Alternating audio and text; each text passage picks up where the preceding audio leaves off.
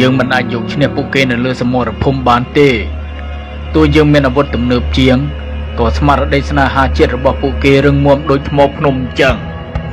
បើកម្លាំងខាងក្រៅមិនអាចបំបាក់បានយើងត្រូវតែបំផ្លាញពីខាងក្នុងសង្គ្រាមដ៏ល្អបំផុតគឺជាសង្គ្រាមដែលសត្រូវមិនដឹងថាយើងកំពុងតែច្បាំងយើងនឹងមិនសម្លាប់ពួកគេដោយគ្រាប់កាំភ្លើងទេតែយើងសម្លាប់ពួកគេដោយស្លាបព្រាយើងនឹងបញ្ចេញសារធាតុគីមីពិសេសម្យ៉ាងដែលផ្សំក្នុងចំណីអាហារភេសជ្ជៈនិងបង្អែមដែលមានតម្លៃថោកនិងមានរូបរាងទាក់ទាញសារធាតុនេះនឹងមិនសម្លាប់មនុស្សភ្លាមទេតែវាជ្រាបចូលយឺតបំផ្លាញទៅខាងក្នុងបន្តិចម្ដងទី1វាបំផ្លាញសតិបញ្ញាសារធាតុគីមីនឹងជ្រាបចូលទៅក្នុងប្រព័ន្ធសរសៃប្រសាទបំផ្លាញកោសិកាខួរក្បាលយឺតជាពិសេសចំពោះកុមារពួកគេនឹងក្លាយជាមនុស្សចំនួនក្រោយដែលខ្សោយសតិបញ្ញានិងរៀនមិនចូលគិតក៏មិនបានវែងឆ្ងាយទី2បំផ្លាញសុខភាពសារធាតុនេះនឹងធ្វើឲ្យប្រព័ន្ធការពាររាងកាយចុះខ្សោយងាយនឹងកើតជំងឺប្លែកជំងឺមហារីកនិងជំងឺរ៉ាំរ៉ៃផ្សេងទី3គឺកាត់បន្ថយអាយុជីវិតជាចុងក្រោយអាយុសង្ខាររបស់ប្រជាជនខ្មែរនឹងខ្លីជាងមុនជាតិសាសន៍មួយដែលពោរពេញដោយអ្នកជំងឺនិងមនុស្សខ្សោយបញ្ញាតើនឹងអាចការពារទឹកដីរបស់ខ្លួនបានដោយរបៀបណាសំទោសលោកម្ចាស់តើនេះព្រៃផ្សៃពេកទៅដឹងគោលដៅរបស់យើងគឺកុមារពួកគេគ្មានទោសអ្វីទេកុមារថ្ងៃនេះជាទាហាននៅថ្ងៃស្អែកកុមារថ្ងៃនេះនឹងក្លាយជាថ្នាក់ដឹកនាំនៅថ្ងៃស្អែកបើចង់កាប់ដើមឈើត្រូវតែកាប់ទាំងឫសភាពមេត្តាគឺជាភាពទន់ជ្រាយដែលយើងមិនអាចមានបានទេយល់ទេ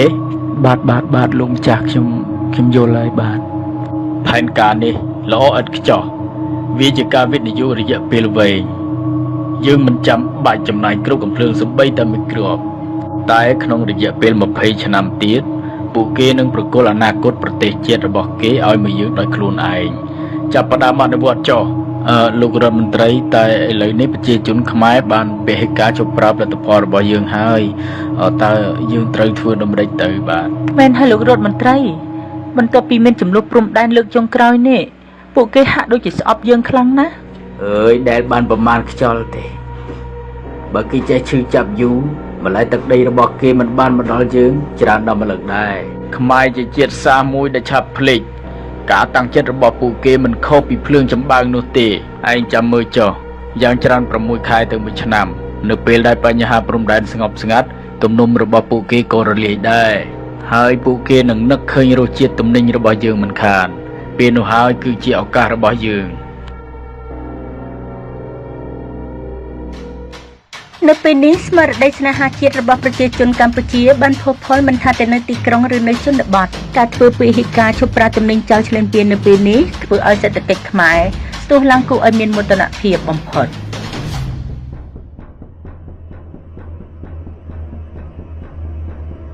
ម៉ាទិញនំអានេះឲ្យកូនមកហើយអានឹងបោះសៀមទីកូនណានេះម៉ាអាយ៉ាគេទៅចុះតម្លៃគួរសមនេះពងតក្រផងបងមើលបន្លែស្រស់សិនអីអានឹងយកមកពីសៀមណាបងបន្លែបោះសៀមស្រស់ដល់ហើយណែអញស្លឹងមើលអីគេហ្នឹងអើយគ្នារករបស់សៀមដកឃើញមានអញ្ចឹងអូនអើយរបស់សៀមស្អែកនាំចូលមកឲ្យអូនបងឲ្យវ៉ាន់ថៃចូលស្តុកនៅបងមានអូនមានទៅមកពីម្សិលមិញនឹងឯងអូនអូយមានបញ្ចុះតម្លៃពិសេសហើយមានរង្វាន់ទៀតណាអូនសូមអបអរលោកឧត្តមសេនីយ៍ពេលនេះនាងខ្ញុំទទួលដំណឹងថាប្រជាជនខ្មែរកំពុងតែបាក់ទឹកបាក់ដីមកប្រាប់ផលិតផលយើងវិញហើយចាការព្យាករណ៍របស់លោកឧត្តមសេនីយ៍ពិតជាមិនខុសមែនលោកឧត្តមសេនីយ៍បាននិយាយថា6ខែទៅ1ឆ្នាំឥឡូវមិនទាន់ដល់ផងគ្រាន់តែបញ្ហាព្រំដែនស្ងប់តែបន្តិចសោះពួកគេក៏ត្រឡប់មកវិញនេះគឺជាដំណឹងដែលគួរឲ្យរីករាយណាស់ចាំមើលតែ20ឆ្នាំទៀតយើងនឹងសើចឲ្យអាយះមាត់តែម្ដងមើលទៅប្រហែលជាមិនដល់20ឆ្នាំទេដឹងលោកប្រធានព្រោះថាអាជីវករខ្មែរមួយចំនួនឃើញអូយខំប្រើល្បិចគ្រប់យ៉ាងដើម្បីបានទំនិញយើងយកទៅលក់រឿងនេះគេមិនអាចបន្ទោសយើងបានទេពីព្រោះតែគេលឹងងងដោយខ្លួនឯង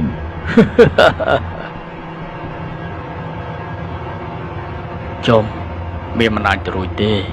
អត្រាកម្មាមានបញ្ហាក្នុងការរៀនសូត្រ និងអត្រាអ្នកកើតជំងឺមហារីកថ្លើមកើនឡើងខុសប្រក្រតី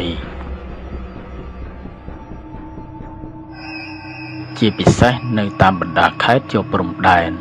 វាដូចជាមិនសមហេតុផលទោះទៅសោះនេះវឌ្ឍនាអមយាយក្មួយឮសូរថាអត់ស្រួលខ្លួនទេមិនដឹងទេប្អូនអើយមួយរយៈនេះវាភ្លេចភ្លាំងច្រើនណាស់រៀនក៏មិនសូវចាំដូចមុនគ្រូនៅសាលាក៏ល្អូនឹងវាដែរចុះអាការៈរបស់វឌ្ឍនាយ៉ាងម៉េចដែរបងវាដូចជាប្លែកអូនផ្លឹកហៅ10ម៉ាត់អត់ចង់លឺទេណា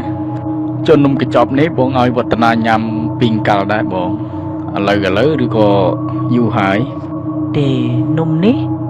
បងដូចជាឲ្យអូនញ៉ាំយូរដែរហើយវាកើតអីមែនអូនខ្ញុំគិតថាលោកគ្រូពេទ្យវិចិត្រកំទិនអាស្រន់ស្លោពេករឿងក្មួយលោកគ្រូឈឺជួនកាលវាគ្រាន់តែជាជំងឺកាត់ឡើងទៅតាមរដូវកាលតែប៉ុណ្ណោះខ្ញុំនៅតែជឿជាក់ថាបញ្ហាខុសប្រក្រតីខាងលើនេះគឺបណ្ដាលមកពីចំណីអាហារដែលយើងនាំចូលមកនឹងឯងរឿងនេះមិនមែនជារឿងតូចតាចទេលោកវិចិត្រជួនកាលវាអាចធ្វើឲ្យប៉ះពាល់ទំនាក់ទំនងការទូតជាថ្មីក៏ថាបានដែរណាខ្ញុំដឹងលោកប្រធានក៏ប៉ុន្តែនេះគឺជាអាយុជីវិតរបស់ប្រជាជននិងជាអនាគតរបស់កូនចៅយើងចំនួនក្រោយណាលោកប្រធានឥឡូវអញ្ចេះលោកទៅរកផុសតាំងឲ្យបានសិនមកណាទៅរកផុសតាំងឲ្យបានសិនមកហើយចាំមកជួបខ្ញុំអូខេបាទលោកប្រធានបាទអរគុណលោកប្រធាន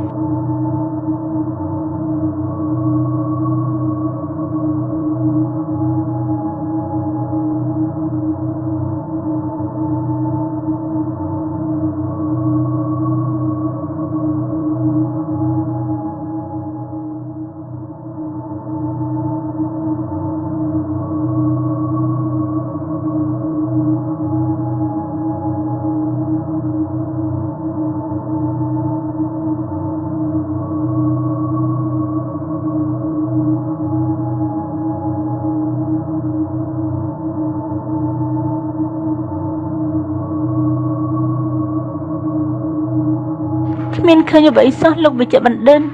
ការធ្វើតេស្តរាប់សិបលើកដោយប្រើវិធីសាស្ត្រស្តង់ដារមិនបានបង្ហាញអ្វីខុសប្រក្រតីទេសំណាក់ទាំងអស់ស្អាតតាមបច្ចេកទេសប៉ុន្តែនាងខ្ញុំអស់លទ្ធភាពហើយលោកគ្រូពេទ្យ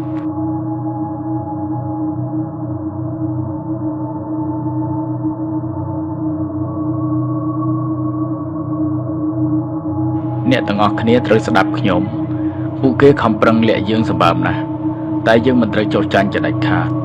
យើងត្រូវតែប្រើប្រាស់បច្ចេកវិទ្យាចុងក្រោយដើម្បីវិភាគរកមើលខ្មោចដែលគេខំប្រឹងលាក់ទុកទាំងនោះឥឡូវអ្នកទាំងអស់គ្នាមានតែការតស៊ូទាំងអស់គ្នា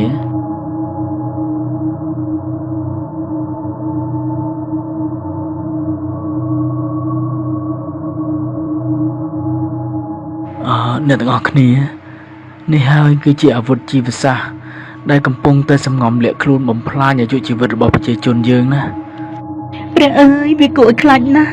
សារធាតុនេះមិនមាននៅក្នុងបញ្ជីសារធាតុគីមីសកលទេរចនាសម្ព័ន្ធម៉ូលេគុលរបស់វាត្រូវបានរចនាឡើងយ៉ាងប៉ិនប្រសប់ពួកយើងទាំងអស់គ្នារៀបចំឯកសារដើម្បីបញ្ជូនទៅថ្នាក់លើនេះមិនត្រឹមតែជាបញ្ហាសុខភាពសាធារណៈធម្មតាទេនេះគឺជាការប្រកាសសង្គ្រាមដោយគ្មានផ្សែងត្រឹមត្រូវណាស់លោកប្រធានយើងមិនអាចបណ្តែតបណ្ដោយបានជាដាច់ខាតលោកគ្រូពេទ្យជាវិចិត្រសូមលោកធ្វើសន្និសីទកសែតមួយជាបន្ទាន់បាទលោកប្រធានបាទអរគុណលោកប្រធានបងប្អូនខ្មែរជាទីគោរពសត្រូវមិនដែលឈប់ចង់បានទឹកដីយើងទេពេលនេះសមរភូមិបានផ្លាស់ប្ដូរពីព្រំដែនមកដល់ចានបាយនៅក្នុងផ្ទះរបស់យើងម្នាក់ហើយពួកគេចង់ឲ្យកូនយើងល្ងងខ្លៅចង់ឲ្យយើងខ្សោយនិងស្លាប់មុនអាយុសូមបងប្អូនមេត្តាប្រុងប្រយ័ត្នកុំលោភលន់នឹងរបស់តម្លៃថោករហូតភ្លេចគិតពីសុខភាពនិងអនាគតកូនចៅសូមងាកមកគាំទ្រផលិតផលខ្មែរបន្លែត្រីសាច់ដែលដាំដុះដោយកសិករខ្មែរអាចមិនមានសម្បកវិខ្ចប់ស្អាតតែវាមានសុវត្ថិភាពនិងពោពេញទៅដោយសេចក្តីស្រឡាញ់របស់ជនរួមជាតិយើងកម្លាំងរបស់ជាតិគឺស្ថិតនៅលើសុខភាពនិងបញ្ញាញាណរបស់ប្រជាជនកុំឲ្យសត្រូវឈ្នះសង្គ្រាមដោយសារតែការធ្វេសប្រហែសរបស់យើងនៅលើចានបាយឡើយហើយដឹងស្អីទេផ្សាយខ្ញុំញ៉ាំអាហារថៃមួយជីវិតឯងមិនឃើញមានកាត់អីផងអើយអ្នកឯងទាល់តែឃើញក្តាមមឈូសបានស្រក់ទឹកភ្នែក nè ơiខ្ញុំទៅផ្សារទិញបានអីវ៉ាន់ថៃច្រើនណាស់ថ្ងៃនេះហ៎ អូគេចូលស្តុកថ្មីឯនេះអើយនិយាយទៅយើងមិនដឹងជាមនសិការស្អីទេមកសង្គ្រាមគេចប់ទៅហើយដែរមែនហើយណាអើយតែយើងធ្វើល្អងគេក៏ល្អនឹងយើងវិញដែរហើយគិតយ៉ាងម៉េចទេប្រជាជនខ្មែរយើងឥឡូវអត់គិតពីវីរៈកងទ័ពជួបមកដែលខំពលីជីវិតដើម្បីការពារជាតិមាតុភូមិសោះ អូយអ្នកអើយចឹងបានគេថាគេឌីលយើងវាមិនខុសមែនណាអ្នកយើងនេះវាដូចភ្លើងចម្បាំងមែនហ្នឹងឆ្ងាញ់ណាស់របស់គេ អើយថ្ងៃនេះដាច់ម៉ួយអត់មានម៉ួយមកគ្រាប់សោះព្រោះតែម្នាក់គុំត្រតែរបស់ចៅ មកអ្នកអើយទៅវិញទៅណារោងចក្រយើងបិទហើយតោះយើងមែនហើយតោះទៅវិញទៅទោះបីជាយើងនៅក៏រោងចក្រយើងមិនបានបើកវិញដែរ The number of infected people has increased significantly. ទិន្នន័យនៅឡើងខ្ពស់ដដែលគិតយ៉ាងណាទេ លោកគ្រូពេទ្យជួយកូនខ្ញុំផងលោកគ្រូពេទ្យ មិនអីទេចាំលោកគ្រូជួយ អើយលោកគ្រូពេទ្យហើយលោកគ្រូពេទ្យខ្ញុំប្រចាំលបងឯងមករយៈសិនសង្ឃឹមតែខ្ញុំមានលុយយកមកលោះវិញណាលបងព្រោះតែអាហាររបស់ចៅធ្វើឲ្យចៅយើងស្លាប់ហើយតាវាដល់ចៅហ្នឹងស្លាប់ជាដំណឹងដ៏រីករាយនៅពេលនេះស្ថានភាពអ្នកជំងឺបានថយចុះគួរឲ្យកត់សម្គាល់ប្រជាជនខ្មែរ 100% បានងាកមកប្រើផលិតផលខ្មែរគ្រប់គ្នាពិតជាចម្លែកណាស់លោកដុកទ័រទើបតែអនិច្ចកម្មទៅកាលពីអាទិត្យមុនដោយជំងឺដាច់សរសៃឈាមខួរក្បាលហើយឥឡូវនេះលោកឧត្តមសេនីយ៍ក៏ឈឺម្នាក់ទៀតគ្រាន់តែដឹងថាខាងកម្ពុជាបានដឹងល្បិចលោកឧត្តមសេនីយ៍ក៏ឈឺធ្ងន់ភ្លាមហើយពិតជាអាណិតលោកណាស់ មែនហើយគូអាណិតលោកណាមិននឹកស្មានថាផែនការកលាប់ចាក់ចឹងសោះហើយខំសង្ឃឹមថាប្រជាជនខ្មែរចូលអន្ទាក់យើងទៅហើយតែឥឡូវចប់បាត់ ការឈឺចាប់បានបង្រៀនយើងការវិនិច្ឆ័យបានដាស់យើងការភ្លេចភ្លាំងមួយគ្រាបានបដូរមកវិញនូវការឈឺចាប់មួយចំនួនសត្រូវអាចបំផ្លាញសុខភាពយើងបានមួយចំនួនតែពួកគេមិនអាចបំផ្លាញស្មារតីយើងជារៀងរហូតបានទេយើងធ្លាប់ភ្លេចម្ដងរួចមកហើយតែលើកនេះយើងនឹងចងចាំមេរៀនដែលស្រោចដោយឈាមនិងទឹកភ្នែកទុកក្នុងខួរក្បាលរបស់យើងបដិញ្ញាថានឹងមិនឲ្យប្រវត្តិសាស្ត្រដ៏ឈឺចាប់នេះកើតមានឡើងជាលើកទី2ជាដាច់ខាតនៅលើដីសវណ្ណភូមិនេះកៅដឹងទេត្រីនេះមកពីកសិដ្ឋានរបស់ពូសុកនៅឯភូមិយើងឯបន្លែនេះមកពីសួនរបស់មីងធីតាអង្ករនេះមកពីស្រែរបស់យើងផ្ទាល់ណាចៅខ្ញុំដឹងលោកតាអ្នកគ្រូនៅសាលាប្រាប់ថាអាហារនីមួយៗដែលយើងញ៉ាំគឺជាការបោះឆ្នោតឲ្យអនាគតប្រទេសជាតិចៅនិយាយត្រូវហើយកាលពីចំនួនតាមនុស្សជាច្រើនបានបោះឆ្នោតខុសពួកគេបានបោះឆ្នោតឲ្យរសជាតិឆ្ងាញ់មួយពេលនិងតម្លៃថោកមួយគ្រារហូតស្ទើរតែបាត់បង់អនាគតមួយចំនួនការឈឺចាប់នោះវាបានក្លាយជាមេរៀនដែលត្រូវបង្រៀនកូនចៅតរៀងទៅនៅតាមសាលារៀនគ្រប់កម្រិតមុខវិជ្ជាសុវត្ថិភាពស្បៀងអាហារបានក្លាយជាមុខវិជ្ជាកាតព្វកិច្ចនៅថ្ងៃខួបមរណភាពរបស់លោកវិជ្ជបណ្ឌិតជាវិចិត្រគេប្រារព្ធទិវាជាតិនៃការដឹងគុណចានបាយខ្មែរ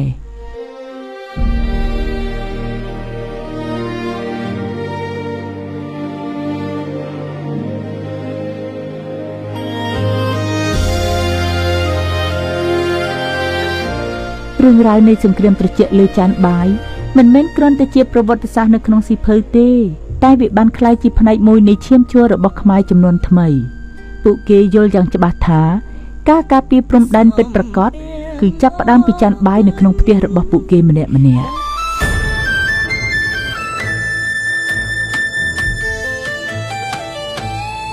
กับថ្មចំណាំកូនខ្មែរត្រូវចាំឈប់គុំទ្រចោលរាប់រយឆ្នាំហើយគេមិនថយក្រោយលើកទ័ពចូលមកឲ្យយើងខ្ទេចខ្ទី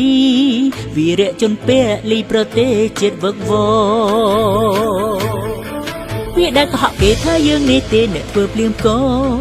សំដែងតួល្អផ្សព្វផ្សាយបន្តឲ្យគេអាណិត